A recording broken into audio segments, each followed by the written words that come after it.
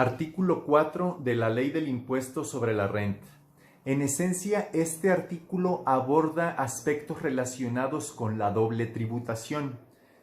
Quienes ya hayan tenido oportunidad de leer el artículo 1 de la Ley del Impuesto sobre la Renta podrán haber advertido que si una persona tiene la residencia fiscal en México, en los términos que define el artículo 9 del Código Fiscal de la Federación, entonces dicha persona, por ser residente fiscal en México, está obligada a pagar impuestos sobre la renta al SAT por los ingresos que obtenga en cualquier parte del planeta.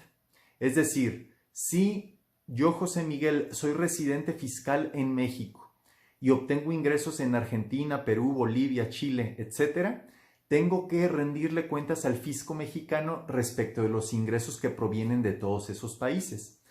Es muy factible que esos países que yo acabo de listar a manera de ejemplo, a su vez, me obliguen a pagar impuestos en aquellas latitudes. Luego entonces, sería injusto que yo pagara por los mismos ingresos impuestos en esos países y también impuestos sobre la renta en México. Para evitar esta injusticia tributaria, existe una serie de tratados o convenciones para evitar la doble tributación. En un posterior video nos referiremos con más detalle a este fenómeno.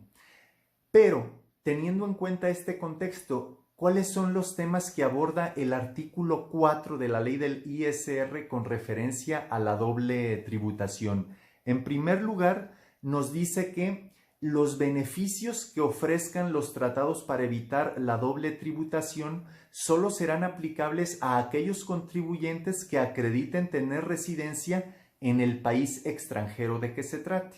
Es decir, si yo le quiero decir al fisco mexicano, oye, mis ingresos están grabados en Alemania y también en México y quiero aplicar los beneficios del tratado que tú tienes suscrito con Alemania, entonces yo tengo el deber, en términos del artículo 4, de acreditar la residencia en aquel país y además cumplir con las formalidades y lineamientos que establezca el propio tratado, la Ley del Impuesto sobre la Renta y el Código Fiscal de la Federación. Otro aspecto que regula el artículo 4 de la Ley del ISR es el referente a que señala que en caso de que en los tratados internacionales se establezca una tasa de retención menor a la que establece la Ley del Impuesto sobre la Renta, entonces los retenedores podrán aplicar directamente lo que señala el tratado internacional. Me explico.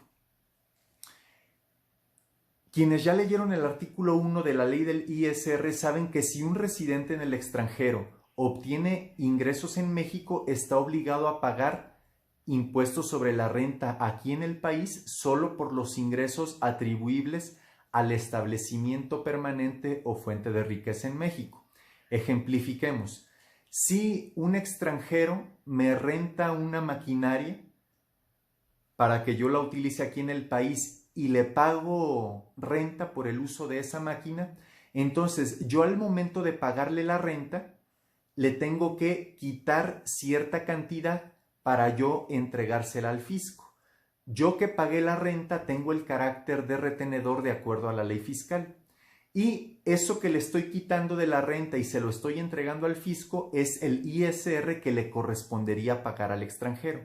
Pues bien, la ley del impuesto sobre la renta establece una serie de tasas de retención, pero pudiera ser que los tratados internacionales con determinados países establezcan una tasa de retención menor. Lo que nos dice el artículo 4, párrafo 3, es que yo como retenedor, ante la duda, debo de aplicar lo que diga el tratado internacional. Esto no es otra cosa que el reconocimiento del principio de jerarquía normativa que se establece en el Código Fiscal de la Federación, que dice que las leyes fiscales se aplicarán sin perjuicio de lo que dispongan los tratados internacionales. ¿Por qué? Porque los tratados jerárquicamente están por encima de las leyes federales. Luego entonces yo voy a aplicar la tasa de retención menor cuando así lo establezca un tratado internacional. El mismo artículo 4 nos dice que en el caso de que algún retenedor hubiese aplicado la tasa de retención mayor que prevé la ley y no la menor que establece el tratado, entonces el residente en el extranjero tendrá derecho a pedir la devolución del impuesto retenido en exceso. Por último, el párrafo cuarto de este artículo cuarto nos dice que las constancias de residencia fiscal que expida una autoridad extranjera no necesitarán ser legalizadas, sino que bastará con exhibirlas y, en su caso, si es que así lo pide el fisco, traducirlas. Esto nos ahorra muchísimo tiempo, ya que con otra serie de documentos como son actas de nacimiento, actas de matrimonio, generalmente se nos pide un trámite que se llama legalización y apostillamiento, etc. En el caso de las constancias de retención, para agilizar los trámites no es necesario legalizarlas, solo exhibirlas y, si acaso, traducirlas cuando el fisco lo requiera. Nos vemos en el siguiente video.